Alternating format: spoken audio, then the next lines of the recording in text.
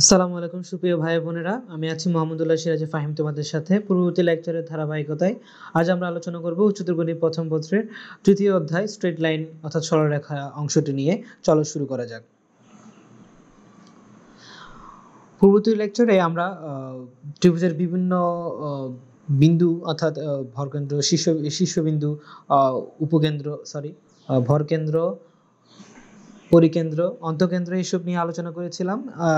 আর আজকে আমরা কি করে কিভাবে ভরকেন্দ্র নির্ণয় করা হয়, অর্থাৎ ভরকেন্দ্রকে যদি কোনো ত্রিভুজের তিনটে শীর্ষবিন্দু দেওয়া থাকে তাহলে কিভাবে আমরা ভরকেন্দ্র নির্ণয় করি, তার ফর্মুলাটা আমরা আসলে ডিরাইভ করার ট্রাই করব। চলো শুরু করা যাক। খেয়াল করো, ধরো আমার কাছে একটা চিত্র আছে, চিত্রে দেখা যাচ্ছে এটা ত্রিভুজের তিনটে শীর্ষবিন্দু দেওয়া আছে এ বি সি, এবং তাহলে খেয়াল করো এই যে প্রত্যেকটা বিন্দুর স্থানাঙ্ক দেওয়া আছে। এ বিন্দুর স্থানাঙ্ক দেওয়া আছে x1, y1, বি বিন্দুর স্থানাঙ্ক দেওয়া আছে x2, y2 এবং সি বিন্দুর স্থানাঙ্ক দেওয়া আছে x3, y3। আমরা আগের লেকচারে কি দেখেছিলাম, সেটা হচ্ছে কি ভরকেন্দ্র মানে হচ্ছে কি আসলে মধ্যমাত্র এই ছেদবিন্দু, এবং মধ্যমাটা যে ভরকেন্দ্র আসলে মধ্যমাকে 2:1 অনুপাতে অন্তর্বিভক্ত করে। এখন ধরে নিলাম যে এই যে ত্রিভুজটার ভরকেন্দ্র হচ্ছে জি, এবং এটি এর স্থানাঙ্ক হচ্ছে আলফা কমা বিটা। তাহলে তোমরা নিজেরাই বলো, এই যে যদি আলফা কমা বিটা হয় তাহলে খেয়াল করো, তাহলে এই যে বিসি রেখা, এই যে বিসি রেখা না, এই বিসি রেখার উপর যেহেতু আমি এটা মধ্যমা টেনেছি যেটা হচ্ছে এডি রেখা, তাহলে তোমরা নিজেরাই বলতে পারো না এটা হচ্ছে বিডি আর সিডি এই দুটো সমান। হ্যাঁ, তার মানে হচ্ছে যদি এই দুটো সমান হয় তুমি কি বলতে পারি যে বিসি রেখার মধ্যবিন্দু হচ্ছে ডি। হ্যাঁ, বিসি রেখার মধ্যবিন্দু ডি আমরা বলতে পারি। তাহলে আমরা কি ডি বিন্দুর স্থানাঙ্কটা আমরা কি বের করতে পারি না, যেহেতু আমার প্রান্তীয় দুইটা বিন্দু x2, y2 এবং x3, y3 দেয়া আছে।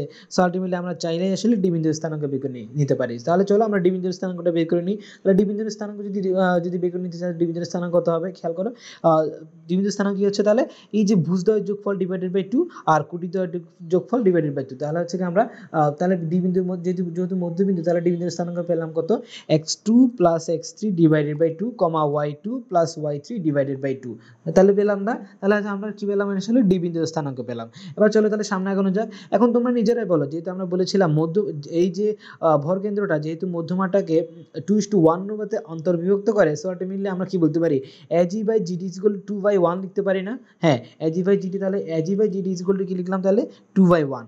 এখন খেয়াল করো, তাহলে হচ্ছে কি তোমরা নিজেরাই বলো, এখন 2/1 এটার মানে কি হচ্ছে এডি রেখাকে জি বিন্দুটা আসলে 2:1 অনুপাতে অন্তর্বিভক্ত করেছে।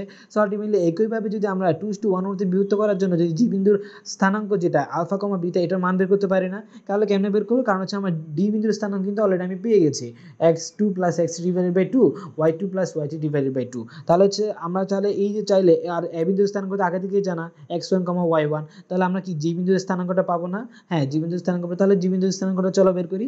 জি বিন্দুর স্থানাঙ্ক বের করার জন্য তাহলে আমরা ফর্মুলাটা কি ছিল, চলো আমরা পেন সিলেক্ট করে নিই। আমাদের ফর্মুলাটা ছিল যে এই দুটো বিন্দু যদি কি হয় x1, y1 আর x2, y2 হয়, তাহলে তার ফর্মুলাটা এবং সেটা যদি m1:m2 অনুপাতে অন্তর্ভুক্ত হয়, তাহলে আমরা কি দেখেছিলাম, আলফা কমা বিটার আলফা ইজ ইকুয়াল টু কি ছিল, m1 x2 plus m2 x1 divided by m1 plus m2।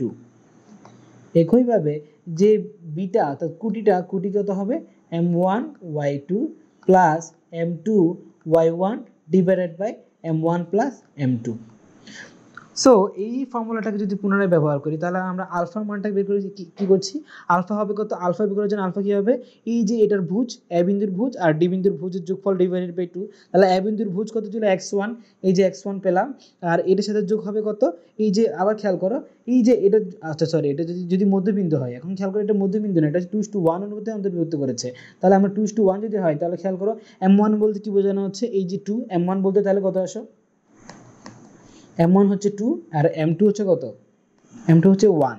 যদি আমরা কি করি, এই যে এটাকে x1 আর x2 কে যদি কি ধরে নিই, আমি যেভাবে ধরেছি ওভাবে ধরে নিই, তাহলে কি খেয়াল করো, তাহলে আমরা কি হচ্ছে m2 x1 sorry m1 x2, m1 x2 মানে হচ্ছে কি এই যে m1 দেখি যেটা আছে 2 এর সাথে কি আসে x2 আসবে, যেটা এটা। সো আলটিমেটলি এই বিন্দুর স্থানাঙ্কটা আমরা বলতে পারছি যে x 2 into x2 plus x3 divided by 2 plus m2 মান কত, m2 মান হচ্ছে 1 ইনটু x1 হচ্ছে এইটাই। সো আলটিমেটলি দেখা গেল ডিভাইডেড বাই 2 প্লাস 1, বুঝতে পারছি। তাহলে হচ্ছে এই আলফা সমান তাহলে চলে আসে 2 into x2 plus x3 divided by 2 plus x1 divided by 2 plus 1 অর্থাৎ 3। সো আলটিমেটলি এটাকে যদি আমি সিম্পলিফাই করি তাহলে আমার মানটা চলে আসে alpha is equal to x1 plus x2 plus x3 divided by 3। একইভাবে যদি আগাই তাহলে হচ্ছে কি বিটার মানটা আমরা পেয়ে যাচ্ছি কত y1 plus y2 plus y3 divided by 3। এখন একটা জিনিস খেয়াল করো, যখন হচ্ছে আলফা মান হচ্ছে কি আসলে ভরকেন্দ্রের ভুজ, ঠিক আছে, ভরকেন্দ্রের ভুজ হচ্ছে, তাহলে খেয়াল করো ভুজ যখন বের করছে আমরা দেখতে পাচ্ছি কি যে তিনটা শীর্ষবিন্দু আছে তাদের প্রত্যেকের ভুজের স্থানাঙ্ক প্রত্যেকের স্থানাঙ্ক যে ভুজটা আছে তাদের ভুজের যোগফল ডিভাইডেড বাই 3, বুঝতে পারছি। একইভাবে যখন আমি এই যে ভরকেন্দ্রের যে কোটিটা বের করছি, কোটি সমান আসে কি আসে এই যে তিনটা শীর্ষবিন্দুর কোটির যোগফল ডিভাইডেড বাই 3। তাহলে আমরা এটার জেনারেলাইজ ফর্মুলার মাধ্যমে কি বলতে পারি, alpha comma beta is equal to কি লেখা যায়, তাহলে আলফা ইজ ইকুয়াল টু বলা যায় কি, আলফা ইজ ইকুয়াল টু হচ্ছে তাদের ভুজদ্বয়ের যোগফল x1 plus x2 plus x3 divided by 3। Sorry, এখানে আলফা কমা বিটা দিলাম, আচ্ছা আমরা ইরেজ করে নিচ্ছি।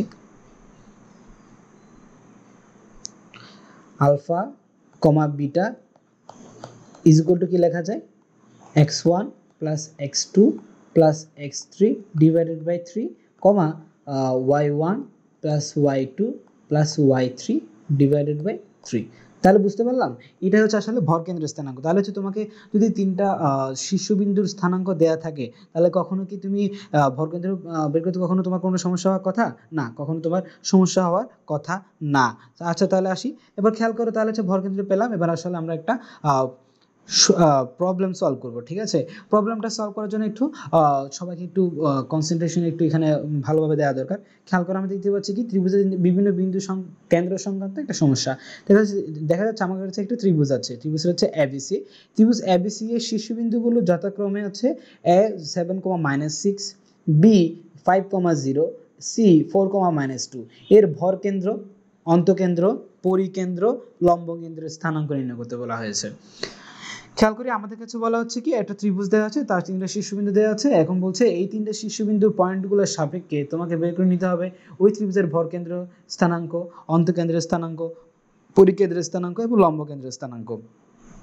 তাহলে প্রথমে আমরা চিত্রটা একটু দেখার চেষ্টা করি। তাহলে ধরে নিলাম এই যে চিত্র দেওয়া আছে, এ বিন্দুর স্থানাঙ্ক দেওয়া আছে, বি বিন্দুর আর সি বিন্দুর স্থানাঙ্ক দেওয়া আছে।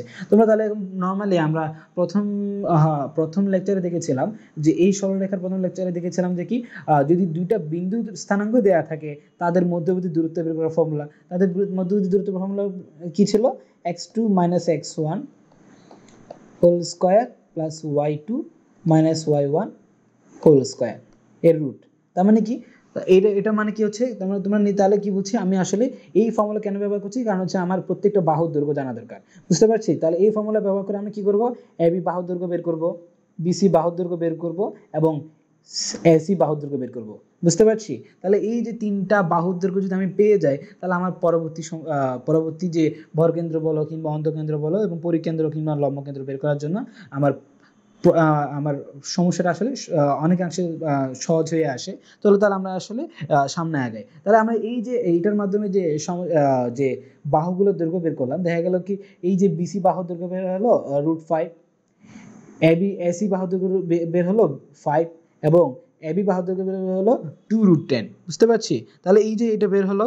এখন খেয়াল করো এই যে এরপর আমরা কি করছি, তাহলে এখন হচ্ছে প্রথম কাজ কি বলছে, আমাকে ভরকেন্দ্র বের করতে বলেছে। আমরা ভরকেন্দ্রের সূত্রটা কি জানি, ভরকেন্দ্র যদি আলফা কমা বিটা হয়, আলফা কমা বিটা সমান হচ্ছে কি তাদের এই যে তিনটে শীর্ষবিন্দু আছে না তাদের ভুজগুলোর যোগফল ডিভাইডেড বাই 3 কমা কোটিগুলোর যোগফল ডিভাইডেড বাই 3। তাহলে এই ফর্মুলা ব্যবহার করে আমি চাইলে কি ভরকেন্দ্র বের করে নিতে পারি। তাহলে ভরকেন্দ্র বের করার জন্য তাহলে x যেটা এই ভরকেন্দ্রের যে x স্থানাঙ্ক আলফা, অর্থাৎ যেটাকে আমি আলফা কমা বিটা দ্বারা প্রকাশ করছি, আলফা সমান তাহলে কি আসে 7 প্লাস 5 প্লাস 4 ডিভাইডেড বাই 3, ঠিক আছে। সো আলটিমেটলি আমার ভরকেন্দ্রের ভুজ কত বের হলো 16/3। একইভাবে যদি আমি ভরকেন্দ্রের কোটি বের করি তাহলে সেটা কত আসে -6 প্লাস 0 প্লাস -2 ডিভাইডেড বাই 3, অর্থাৎ এটার মান আসে কত -8/3। তাহলে কি পেয়ে গেলাম, ভরকেন্দ্রের স্থানাঙ্ক কত পেলাম 16/3 -8/3, ঠিক আছে। তাহলে আমরা তাহলে এখন তাহলে পরবর্তী যেটা অন্তকেন্দ্র বের করার প্রবলেমটাতে চলে গেলাম। চলো তাহলে পরবর্তী স্লাইডে চলে আসি। আচ্ছা, পরবর্তী এই স্লাইডেই আছে, সেটা হচ্ছে অন্তঃকেন্দ্র বের করা। খেয়াল করো, আমি যখন পূর্ববর্তী লেকচারে যখন বলছিলাম অন্তঃকেন্দ্র বের করার একটা ফর্মুলা দিয়ে দিয়েছিলাম। যখন ত্রিভুজের 3টা শীর্ষবিন্দু দেওয়া থাকবে, তাহলে আমরা ইজিলি তাহলে কি তার 3টা বাহু দৈর্ঘ্য বের করে নিতে পারি, এবং বাহুগুলোকে আসলে এই যে এ শীর্ষবিন্দুর বিপরীত বাহুটাকে ছোট এ দ্বারা ডিফাইন করছি, যদি ডিফাইন করি, এবং বি শীর্ষবিন্দুর বিপরীত বাহুটাকে যদি ছোট বি দ্বারা প্রকাশ করি, এবং সি শীর্ষবিন্দুর বিপরীত বাহুটাকে যদি ছোট সি দ্বারা প্রকাশ করি, তাহলে আমি চাইলে কি করতে পারি, তার বাহু 3টার দৈর্ঘ্য সরি, এই যে অন্তঃকেন্দ্র নির্ণয়ের জন্য যে ফর্মুলা দেওয়া ছিল, ওই ফর্মুলা আমরা ডিরেক্ট ব্যবহার করতে পারি না। হ্যাঁ, তাহলে আমরা চলো অন্তঃকেন্দ্র ফর্মুলাটা কি ছিল তোমরা নিজেরাই বলো তো। এই যে অন্তঃকেন্দ্র ফর্মুলা ছিল ax1 plus bx2 plus cx3 divided by কি ছিল, বাহুগুলো যোগফল a plus b plus c, comma ay1 plus by2 plus cy3 divided by a plus b plus c, right? এটা হচ্ছে কি ছিল আমার অন্তঃকেন্দ্রের স্থানাঙ্ক, বুঝতে পারছি? সো আলটিমেটলি এই যে ফর্মুলাটা, এটার উপর আমি যদি এখানে মানগুলো বসাই, সো আলটিমেটলি আমরা কি পেয়ে যাচ্ছি, অন্তঃকেন্দ্রের স্থানাঙ্ক পেয়ে যাচ্ছি। তাহলে চলো মানটা বসাই। মান বসালে কি দেখা যাচ্ছে, খেয়াল করো, এর মান কত ছিল, পাইলাম √5 পেয়েছি না। খেয়াল করো, এই যে এইটা কিন্তু আসলে x1, y1, ঠিক আছে, আর বি যেটা, এটা হচ্ছে x2, y2, আর সি যেটা দেওয়া আছে সেটা হচ্ছে x3, y3, ঠিক আছে। এখন আসলে খেয়াল করে তাহলে মান বসাই। এই যে মান বসানো দেখা যাচ্ছে কি, এর মান পাইলে √5, এই যে √5 বসালাম ইন্টু 7 মানে কি আসলে x1, বুঝতে পারছি, এই যে x1 বসালাম। এখন খেয়াল করো, তারপরে বির মান বসাতে হবে। বির মান কত দেওয়া আছে, বির মান পাইছি আমরা 5 পেয়েছি। বি, তাহলে যে বি কি ছিল আসলে এসি বাহু দৈর্ঘ্য, রাইট? এসি বাহু দৈর্ঘ্য 5 পেলাম, ইন্টু খেয়াল করো এই যে y2 মান বসাতে হবে। y2 মান কত, y2 মান দেখা যাচ্ছে এখানে কি, y2 মান 0। আচ্ছা, আমরা একটু দেখি আসলে y2 মান 0, কিন্তু আমরা আসলে কেন 0 না বসিয়ে 5 বসিয়েছি। খেয়াল করে, এখানে আসলে 0 হবে, ঠিক আছে, এটা মিস্টেক হতেই পারে। এটা একটু তোমরা খেয়াল করো, ঠিক আছে। এবার হচ্ছে কি, এটা 0 হবে, এবং খেয়াল করো প্লাস এই যে সি কত, সি মান হচ্ছে 2√10, এই যে 2√10 বসালাম, ইন্টু কত, ইন্টু এই x3 মান কত, x3 মান দেওয়া আছে 4, এই যে 4 বসালাম। এবং ডিভাইডেড বাই কি ছিল, বাহু 3টার যোগফল। তাহলে বাহু 3টার যোগফল হলো কত আসে, একটা ছিল কত, এটা ছিল √5, অন্যটা ছিল 5, অন্যটা ছিল 2√10, তাহলে 3টার যোগফল। এইভাবে এখান থেকে তাহলে x এর মানটা কত আসে, খেয়াল করো, x এর মানটা আসলো 4.8634। আচ্ছা, খেয়াল করো, একটা কথা বলি, সেটা হচ্ছে কি, হয়তো এখানে যখন আমরা 5 দিয়ে করেছি, হয়তো এই মানটা 4.8634 এসেছে, কিন্তু হয়তো এখানে যদি 0 দিয়ে করলে হয়তো মানটা অন্যরকম আসতে পারে। তোমরা নিজেরা ক্যালকুলেশনটা নিজেরা করে নিও, ঠিক আছে।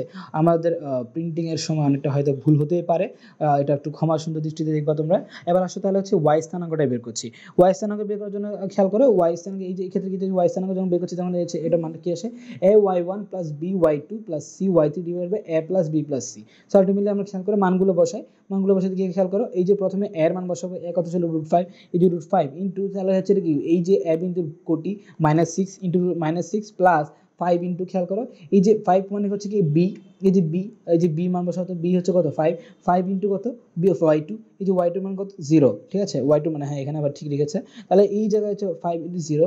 আচ্ছা, আমরা কি ভুল করছি, আমরা মনে হয় আসলে একটা ভুল করেছি। সেটা হচ্ছে কি, খেয়াল করো, এই যে প্রথমের ক্ষেত্রে যখন আমরা বলেছিলাম এটা প্রিন্টিং এর ক্ষেত্রে ভুল হয়েছে, আসলে কিন্তু ভুল হয়নি। কিরকম, খেয়াল করো, আমরা এই সূত্র ছিল bx2, by2 ছিল না, x2, এই যে x2 মানটা আসলে 5ই ছিল, ঠিক আছে। তো 5ই ছিল, আলটিমেটলি এখানে 5ই হবে, বুঝতে পারছি। আমি আসলে প্রথমে বলতে গিয়ে ভুল বলেছি, এটা আসলে 5ই হবে, সেটা যেটা আছে ওটাই ঠিক আছে। আমি জাস্ট এটা লাস্টে ক্লিয়ার করে দিলে তোমরা নিজেরা ইজিলি লিখে নিতে পারবা। এখন হচ্ছে কি, এইবার খেয়াল করে, এই যে by2 মান বসালাম, প্লাস কি ছিল, প্লাস cy3, সি মান কি ছিল, সি মান হচ্ছে 2√10 ইন্টু y3 মান কত, খেয়াল করো y3 মান ছিল -2, এই যে -2 ডিভাইডেড বাই বাহু 3টার যোগফল, না বাহু 3টার যোগফল আগে থেকে জানি, বাহু 3টার মান তো আমরা আগে থেকে জানি, √5 প্লাস 5 প্লাস 2√10, ঠিক আছে। এখান থেকে যদি আমি y এর মান বের করি, y এর মানটা চলে আসে -1.922, ঠিক আছে। তাহলে আমরা পুরোটা ইরেজ করে দিলাম তোমাদের সুবিধার্থে। আজ তাহলে এই পর্যন্তই। পরবর্তী লেকচারে আমরা পরিকেন্দ্র এবং লম্বকেন্দ্র স্থানাঙ্ক বের করার নিয়মটা শিখব। ধন্যবাদ।